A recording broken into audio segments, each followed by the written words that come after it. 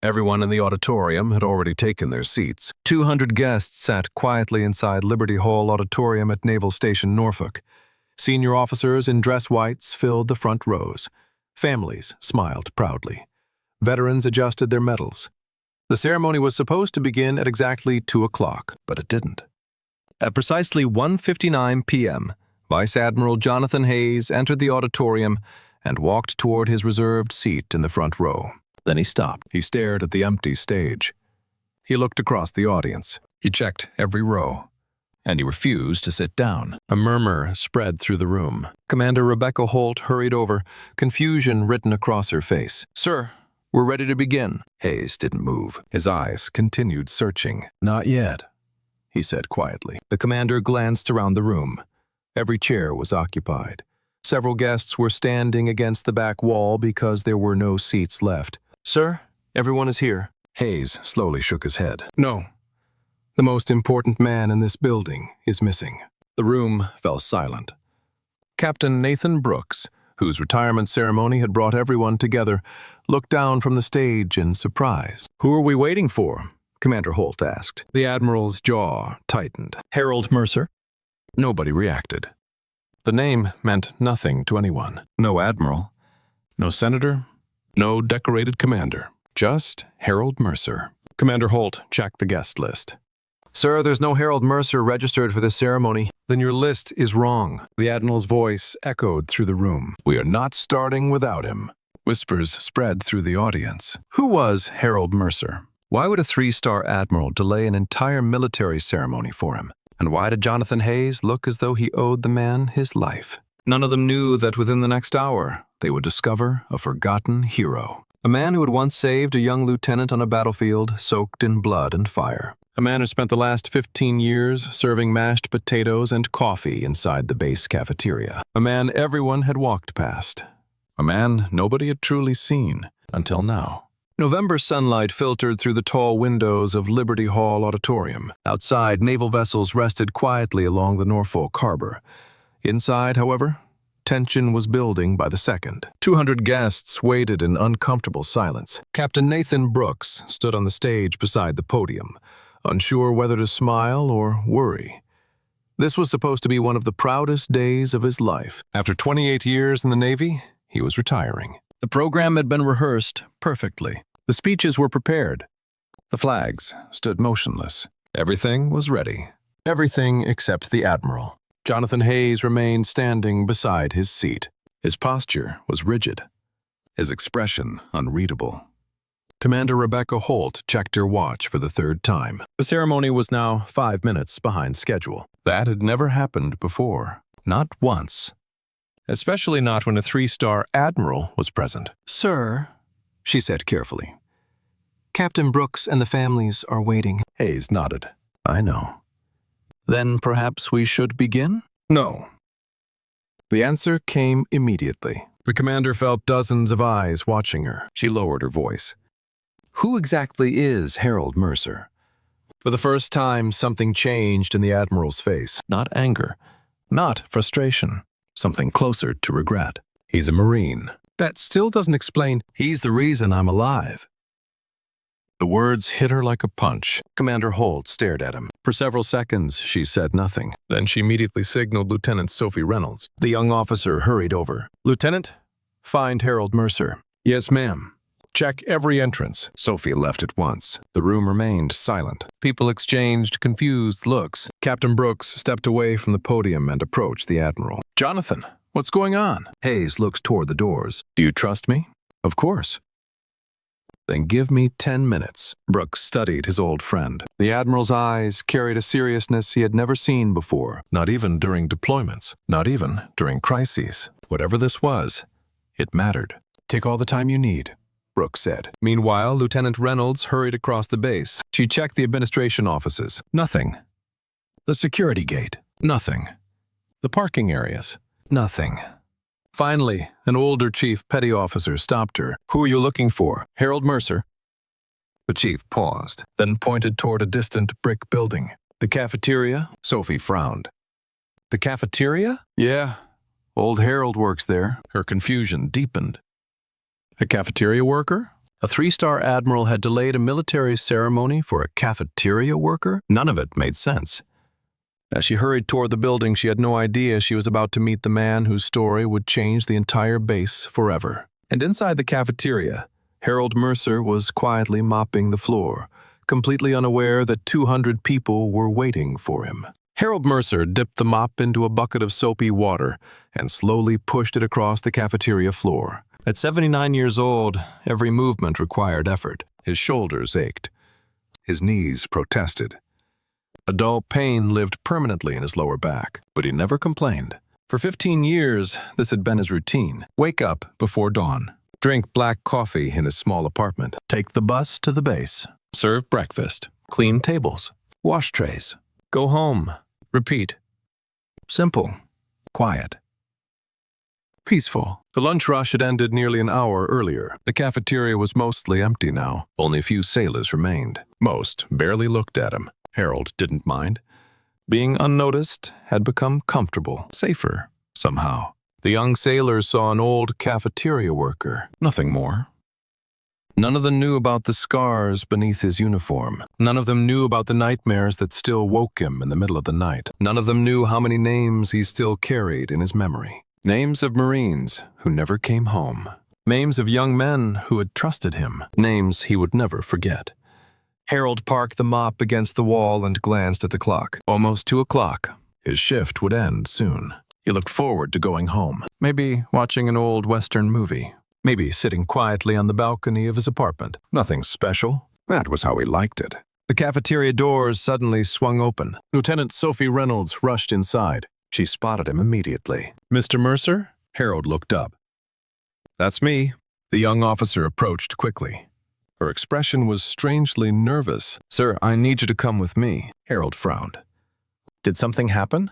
"The Admiral is waiting for you." For a moment, Harold simply stared at her. "The Admiral?" "Vice Admiral Jonathan Hayes." Harold blinked. "I'm sorry, Lieutenant. I think you've got the wrong person." "No, sir." She checked her notes. "Harold Mercer." "Yes. The Admiral specifically asked for you." Harold laughed softly. "There must be another Harold Mercer." "There isn't." The lieutenant looked completely serious. Harold's stomach tightened. He immediately began searching his memory. Had he broken some rule? Had he entered a restricted area? Had he accidentally offended someone important? The possibilities raced through his mind. "I should probably change clothes first," he said. Sophie hesitated.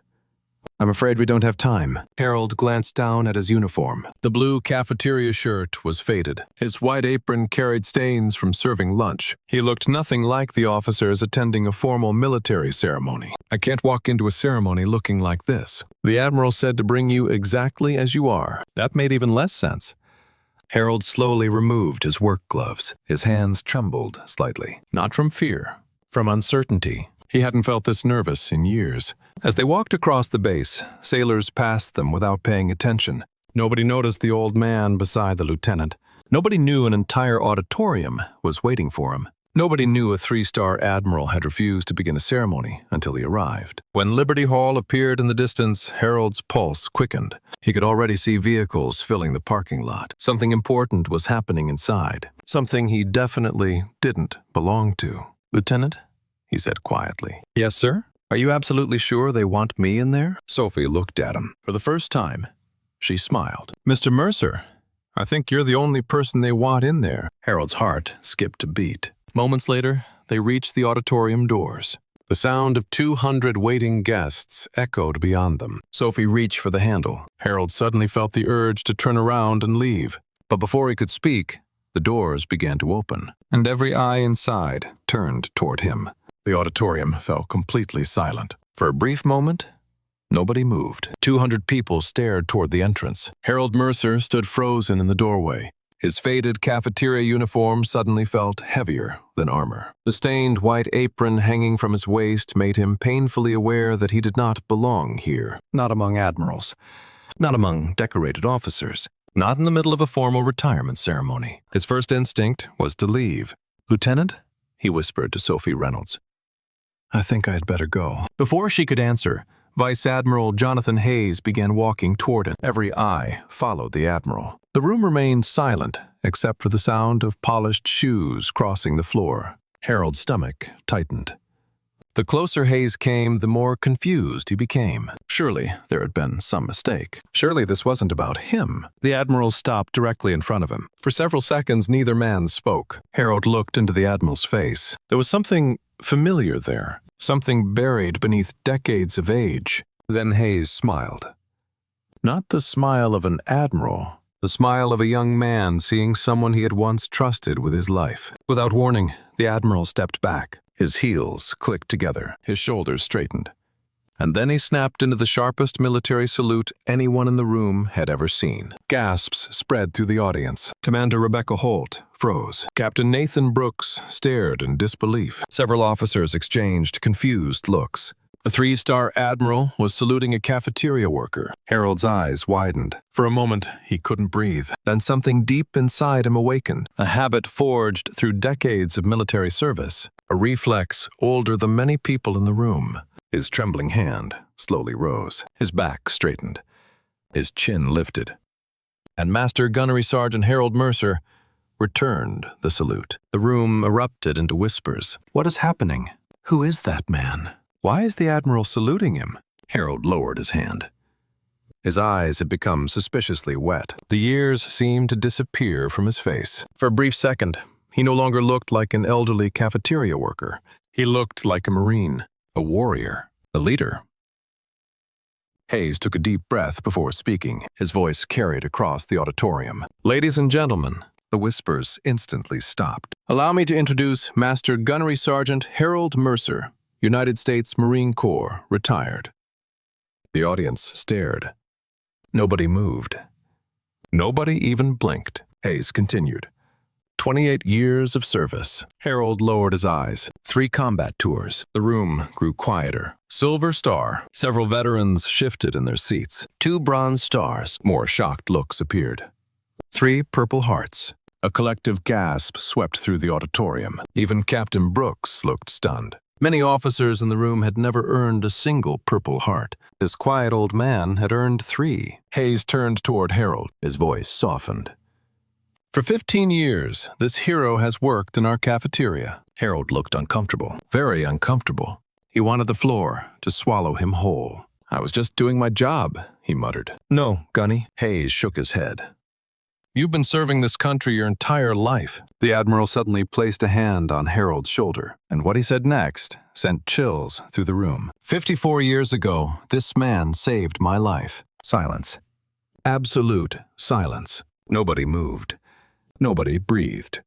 Every person in the auditorium understood that the story they were about to hear was far bigger than a retirement ceremony. And for the first time, every eye truly saw Harold Mercer. The silence inside Liberty Hall Auditorium felt almost sacred. No one spoke. No one shifted in their seats. 200 people sat completely still as Vice Admiral Jonathan Hayes stood beside Harold Mercer. The old Marine looked uncomfortable under the attention. His weathered hands rested awkwardly at his sides. His faded apron suddenly seemed out of place among the polished uniforms and shining medals surrounding him. Yet somehow, nobody noticed the apron anymore. All they saw was the man. Hayes slowly turned toward the audience. You've all seen Harold Mercer. His voice echoed through the auditorium. You've walked past him. The Admiral pointed toward the back of the room. You stood in line while he served your breakfast. A few sailors lowered their heads. You've asked him for coffee. More uncomfortable faces appeared. You've handed him dirty trays. The room grew quiet again. And most of us never once asked who he was. Harold stared at the floor. The truth hurt because it was true. For 15 years, he had lived among thousands of sailors, officers, and Marines. Most never learned his name. Most never looked twice. And he had never expected them to. That was the life he had chosen. A quiet life. A simple life. A life without attention. Hayes looked directly at him. Tell him, Gunny. Harold immediately shook his head. No, sir. The Admiral smiled slightly. Still humble after all these years. Harold sighed. Jonathan. The audience noticed the name immediately. Not Admiral Hayes. Not Sir. Jonathan. The familiarity stunned everyone. The Admiral laughed softly. You used to yell at me every day. A ripple of laughter moved through the crowd. Harold actually smiled, a rare smile. The first one most people in the room had ever seen. That's because you never listened. More laughter followed. For a brief moment, the tension eased. Then Hayes became serious again. Ladies and gentlemen, Master Gunnery Sergeant Harold Mercer served this nation for 28 years. The room fell silent once more. He completed 3 combat deployments. Hayes paused. He received the Silver Star for extraordinary heroism. Several veterans nodded respectfully. The Silver Star was not awarded lightly. Many service members spent entire careers without seeing one. He received 2 Bronze Stars. The audience listened carefully, and 3 Purple Hearts. This time, there was no reaction, only stunned silence. The weight of those words settled heavily across the room. 3 Purple Hearts meant 3 separate combat wounds. 3 moments where death had come close enough to touch him. Harold remained motionless, as though the decorations belonged to someone else. As though the stories were about another man. Captain Nathan Brooks finally stepped forward from the stage. His voice was filled with disbelief. 3 Purple Hearts? Harold shrugged. Wrong place at the wrong time. The audience chuckled. Hayes immediately shook his head. No. His tone became firm. Exactly the right place. The Admiral turned toward the audience again. Every medal on this man's chest was earned protecting others. Harold looked away. The praise made him uncomfortable. It always had. But then Hayes said something that made his heart stop. When I was 22 years old, I thought I knew everything. A few smiles appeared. I was wrong. The Admiral's eyes grew distant, like he was looking through time itself. There was a battlefield near Hue in 1969. The room became completely silent. The day I should have died. Harold's jaw tightened. Memories he had spent decades burying suddenly began returning. The smell of smoke, the sound of gunfire, the screams, the fear. Hayes slowly walked toward the podium. Every eye followed him. For the first time, people realized they weren't about to hear a military speech. They were about to hear a war story. A story that had haunted one man for more than 50 years. A story written in blood, sacrifice, and courage. And at the center of it stood a forgotten Marine named Harold Mercer. The old man closed his eyes briefly, because he already knew exactly which day Jonathan Hayes was about to describe. The worst day, and the most important day of both their lives. Vice Admiral Jonathan Hayes stood quietly behind the podium. For several moments, he said nothing. The audience waited. Even the air inside the auditorium seemed heavier now. Then Hayes finally spoke. It was June of 1969. His voice was calm, but there was something underneath it, something painful. Something that had never completely healed. I was 22 years old. A faint smile crossed his face. Fresh out of Annapolis. Brand new lieutenant. Thought I knew everything there was to know about leadership. A few people chuckled softly. Hayes shook his head. I knew absolutely nothing. The room listened carefully. 3 weeks after arriving in Vietnam, I was assigned to a Marine rifle platoon operating near Hue. Harold Mercer lowered his eyes. The memories were becoming clearer now. Too clear. The platoon had one thing working in its favor. Hayes looked directly at him. Master Gunnery Sergeant Harold Mercer. The old Marine shifted uncomfortably. Even after all these years, hearing his name connected to those events felt strange. Hayes continued. At that point, Gunny Mercer was already a legend among Marines. Harold immediately shook his head. The Admiral ignored him. He'd survived multiple combat deployments. He knew the jungle. He knew the enemy. And most importantly, he knew how to keep young Marines alive. The audience remained silent. Hayes stepped away from the podium slightly. When I first arrived, Gunny took one look at me and knew exactly what I was. Laughter rippled through the room. What was that? Captain Brooks called out. Hayes smiled. A dangerous combination of confidence and stupidity. This time even Harold laughed. The audience joined him.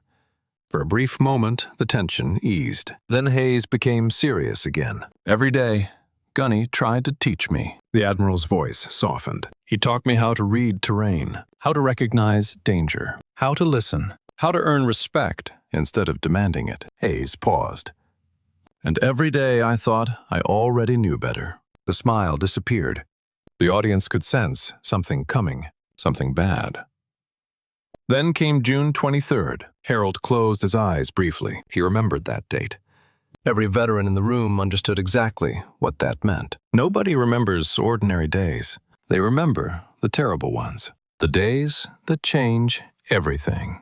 Hayes continued. Our platoon was assigned a reconnaissance patrol through a valley northwest of Hue. The room was silent. The mission looked routine. He laughed bitterly. They're always routine right before they become disasters. Several veterans nodded knowingly. The morning started normally. The weather was clear. The radio worked. The men were relaxed. Hayes looked toward Harold again. But Gunny wasn't relaxed. The audience focused on the old Marine. He noticed things. Hayes pointed toward him. Things I completely missed. Harold slowly shook his head. But Hayes continued. Villages were unusually quiet. No livestock, no children, no farmers, no movement. The audience leaned forward. Something was wrong. Hayes swallowed. Gunny warned me. The room grew even quieter. He said we should slow down. The Admiral's voice tightened. He said we should change our route. A pause. I ignored him. Nobody moved. Nobody spoke. The guilt in Hayes's voice was unmistakable. I thought he was being overly cautious. His jaw clenched. I was wrong.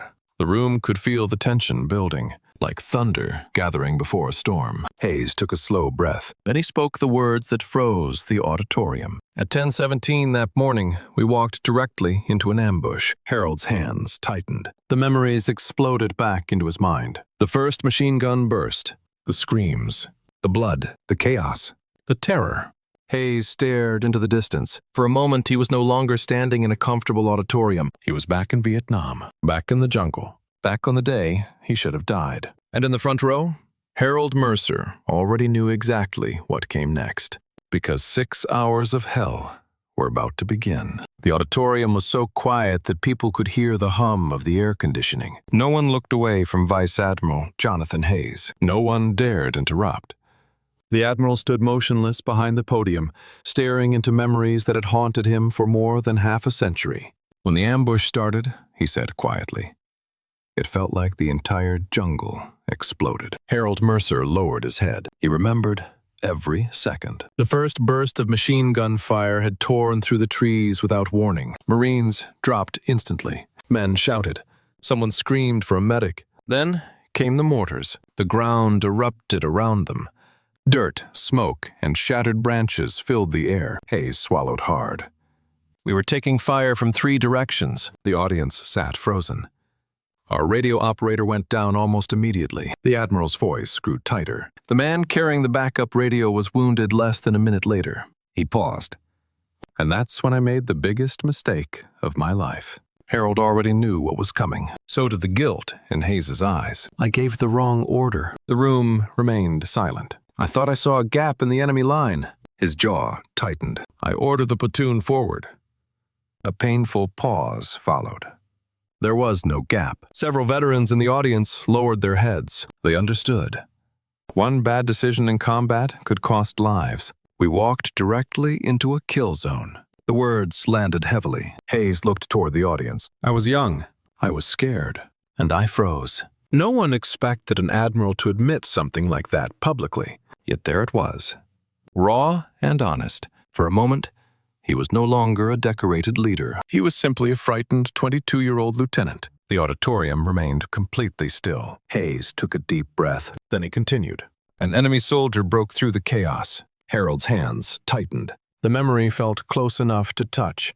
He appeared less than 10 feet away. The audience leaned forward. My rifle jammed. The room froze. I tried to clear it. His voice dropped. I couldn't. A long silence followed. The soldier raised his weapon. Nobody moved. Nobody breathed. I remember seeing his face. Hayes stared into the distance. I remember thinking that this was it. His voice became almost a whisper. I was going to die. The room sat frozen. Then Hayes pointed toward Harold. But Gunny Mercer had other plans. Every eye turned toward the old Marine. Hayes continued. He was already wounded. The audience looked surprised. A piece of shrapnel had torn through his leg earlier during the attack. Harold looked uncomfortable. The Admiral ignored him. He should have been focused on himself. He wasn't. Hayes's voice grew stronger. He saw what was happening. The old memories filled the room. Gunny left cover. A pause. He ran directly into enemy fire. Another pause. He crossed nearly 30 feet of open ground. The audience sat motionless. He never hesitated. Harold closed his eyes. The images returned. Gunfire. Smoke. Fear. Young Marines screaming, and one terrified lieutenant standing frozen in the open. He reached me just as the enemy soldier fired. The room seemed to stop breathing. Hayes touched his own shoulder. The bullet hit Gunny instead. Gasps echoed throughout the auditorium. The Admiral's voice cracked. It shattered his collarbone. Several people instinctively winced. But he never stopped moving. Hayes shook his head in disbelief. Even after 54 years, it still seemed impossible. He tackled the soldier. They crashed into the mud. They fought hand to hand. The audience remained completely absorbed. When it was over, Gunny got back to his feet. Hayes looked directly at Harold, bleeding, wounded, half-conscious, but still leading.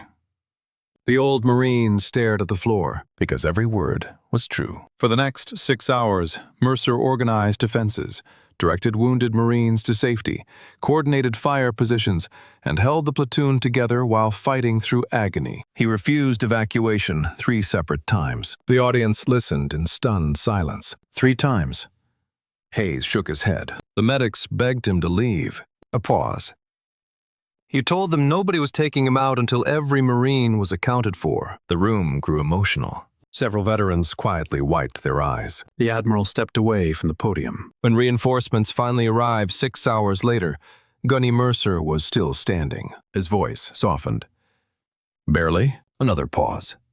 But standing. The room remained silent. Then Hayes looked at Harold one final time. The silver star wasn't enough. His voice cracked. It never was. And for the first time since entering the auditorium, tears appeared in the old Marine's eyes, because some wounds never fully healed, and some memories never truly leave you. For several seconds after Vice Admiral Jonathan Hayes finished speaking, nobody in Liberty Hall auditorium moved. The silence felt heavier than any applause, heavier than any speech. 200 people sat staring at Harold Mercer, not at the faded cafeteria uniform, not at the stained apron, but at the man, the Marine, the leader, the hero.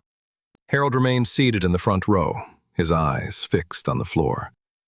He hated attention, always had.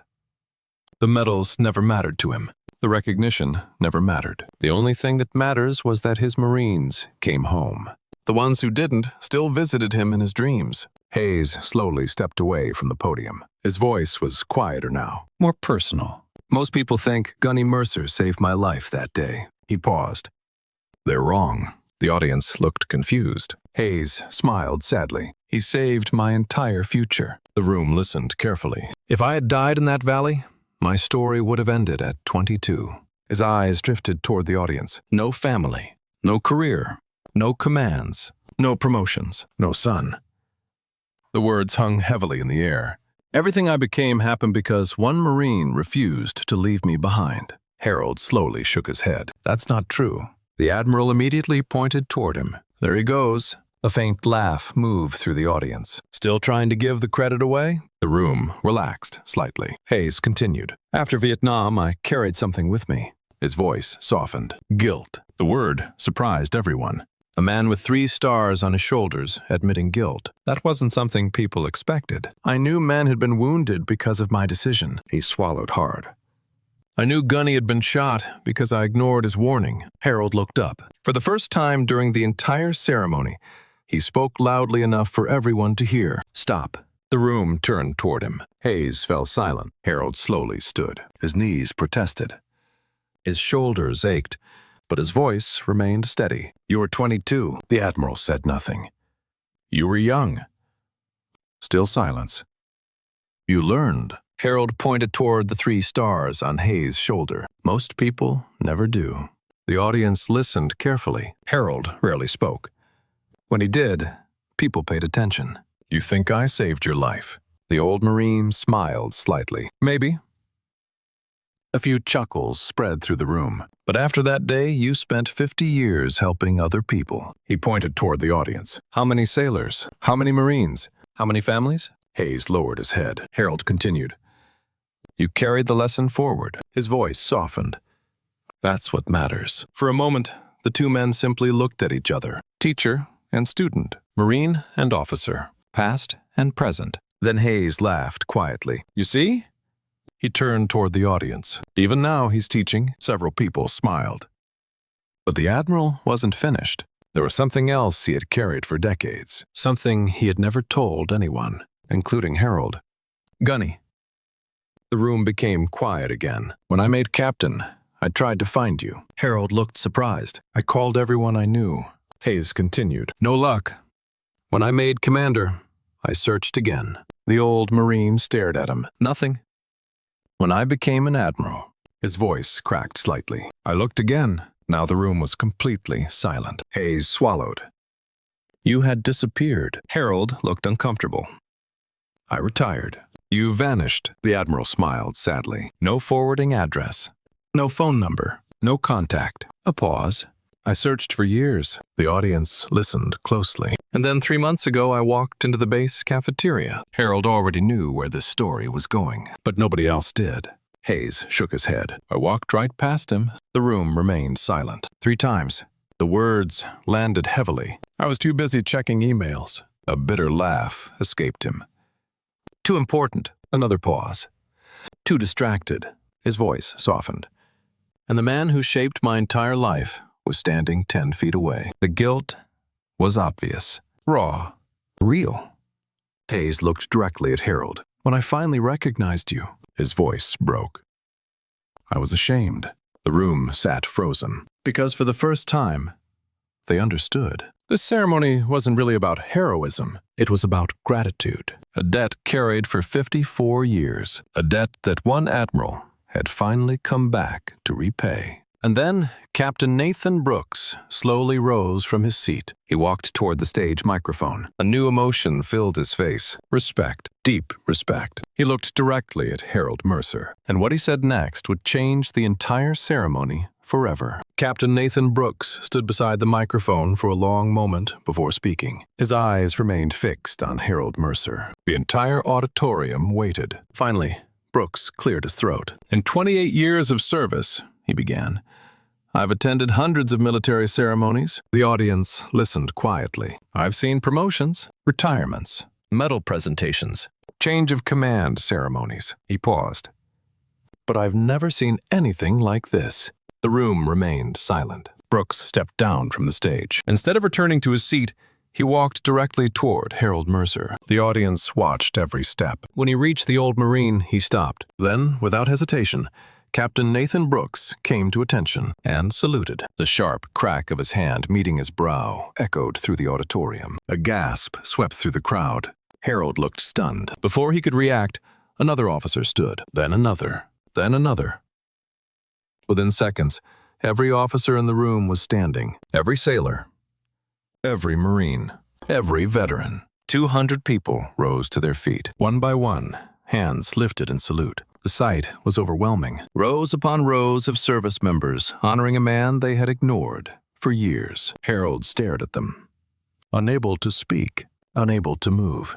The emotion hit him harder than any battlefield ever had, because this wasn't fear. This wasn't survival. This was gratitude. And he had never known what to do with gratitude. For 30 long seconds, the room remained completely silent. No applause, no speeches, only 200 people standing in respect. Several veterans quietly wiped tears from their eyes. A young sailor near the back struggled to keep his composure. Commander Rebecca Holt openly cried. Lieutenant Sophie Reynolds stood perfectly still, tears running down her face. The old Marine slowly returned the salute. The room finally erupted. Thunderous applause filled the auditorium. The sound rolled through Liberty Hall like a wave. It continued, and continued, and continued. Harold had faced enemy fire. He had survived combat. He had endured loss. Yet somehow this moment felt harder, because for the first time in decades, people truly saw him, not as a cafeteria worker, not as an old man, but as the Marine he had once been. The applause lasted several minutes before Vice Admiral Hayes finally raised a hand. Gradually, the room quieted. The Admiral reached into the pocket of his dress uniform. A small velvet box appeared. Harold immediately frowned. Jonathan, The Admiral ignored him. Slowly, he opened the box. Inside rested a Silver Star medal. The audience became silent again. Hayes looked down at it for a moment, then at Harold. "I know you already have one." The old Marine sighed. "It's in a drawer somewhere." The audience chuckled softly. Of course it was. Hayes smiled. "Exactly." He stepped closer. "This one belongs somewhere people can see it." Harold shook his head. "That's not necessary." "It is." The Admiral's voice was firm. "Because heroes shouldn't disappear." For a moment, neither man moved. Then Hayes carefully pinned the Silver Star onto Harold's faded cafeteria apron. The contrast was striking. A medal earned in war resting against a uniform, stained by years of serving meals. The audience stared. Many would remember that image for the rest of their lives. The old Marine looked down. His hand trembled slightly as he touched the medal. The room was completely silent. When he finally spoke, his voice was barely above a whisper. "I don't deserve all this." Immediately, Captain Brooks answered from beside him. "That's exactly why you do." The audience applauded again, but something had changed. This wasn't merely a ceremony anymore. It had become a lesson. A lesson about service, about humility, about sacrifice. And after the ceremony officially ended, something unexpected happened. Nobody rushed for the exits. Nobody checked their phones. Nobody hurried home. Instead, people formed a line, a very long line, because one by one, they wanted to shake Harold Mercer's hand. And among those waiting was a young Marine corporal whose question would soon change the next chapter of Harold's life forever. The line stretched across nearly half the auditorium. Young sailors, senior officers, retired veterans, military spouses. One by one, they approached Harold Mercer. Some shook his hand. Some thanked him.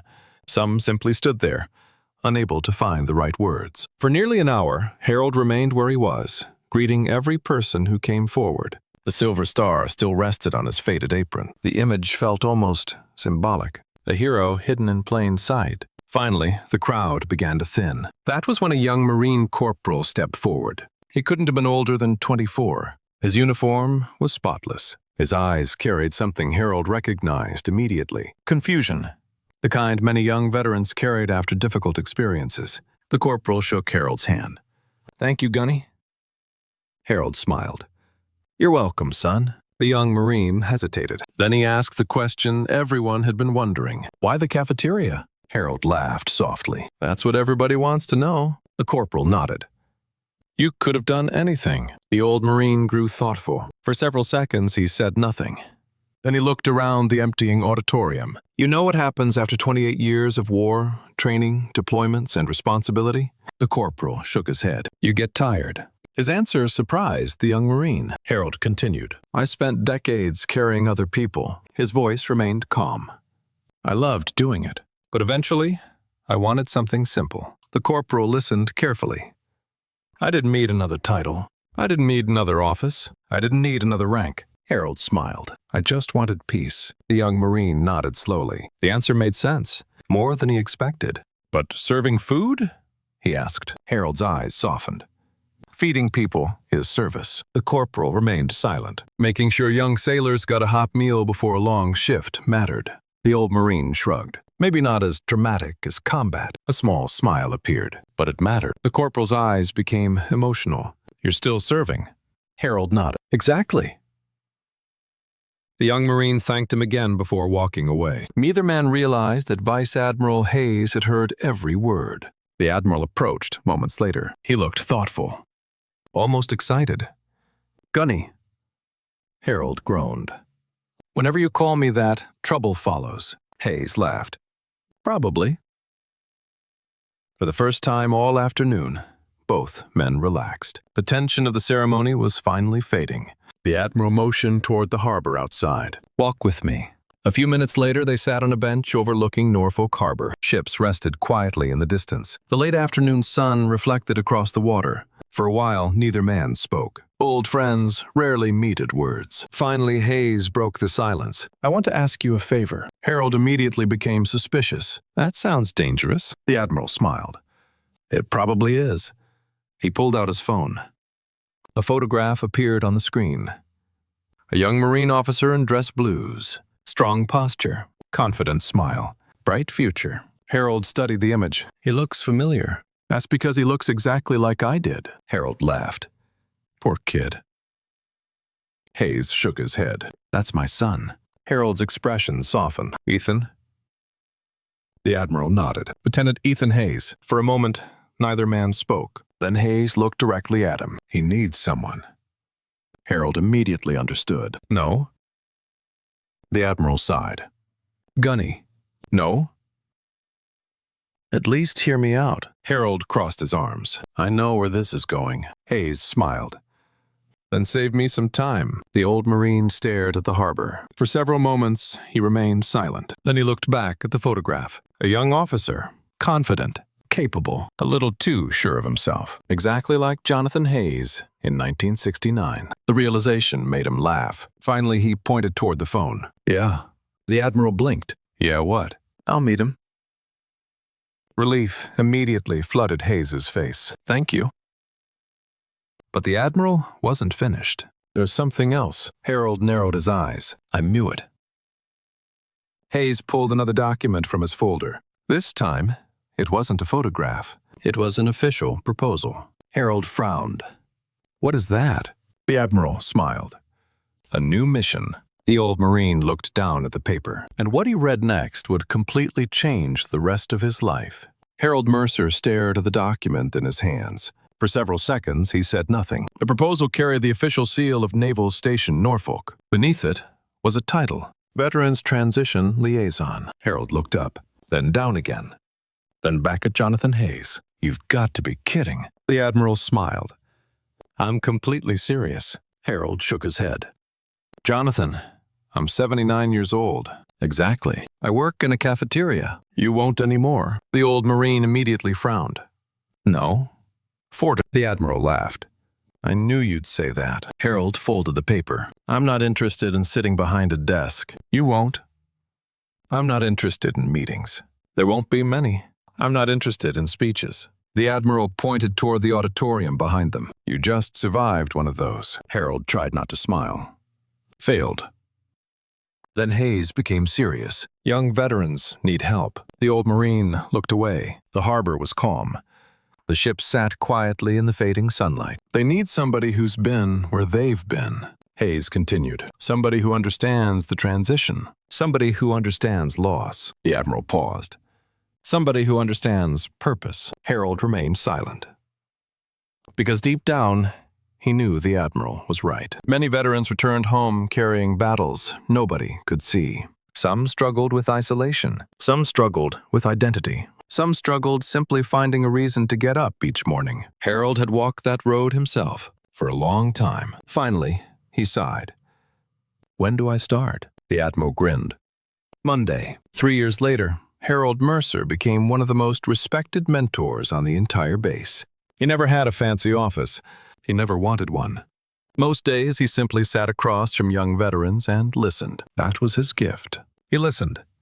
Young Marines told him about combat. Sailors spoke about loneliness. Veterans shared fears they had never admitted to anyone else. Harold never judged, never lectured, never pretended to have all the answers. He simply listened. And somehow, that helped. More than 200 veterans passed through his office over the next 3 years. Many arrived lost. Many left with direction. Some found careers. Some repaired broken relationships. Some simply found hope again.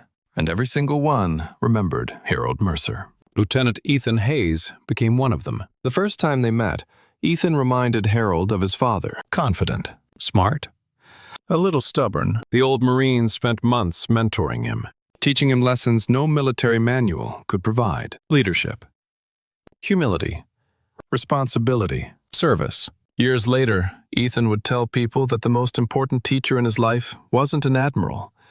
It was a retired Marine with a cafeteria apron. Harold also attended the Vietnam reunion Jonathan had mentioned. Nearly 50 aging veterans gathered together. Gray hair, wrinkled faces, walking canes, old memories. When Harold entered the room, something remarkable happened. The veterans stood, one after another. They smiled.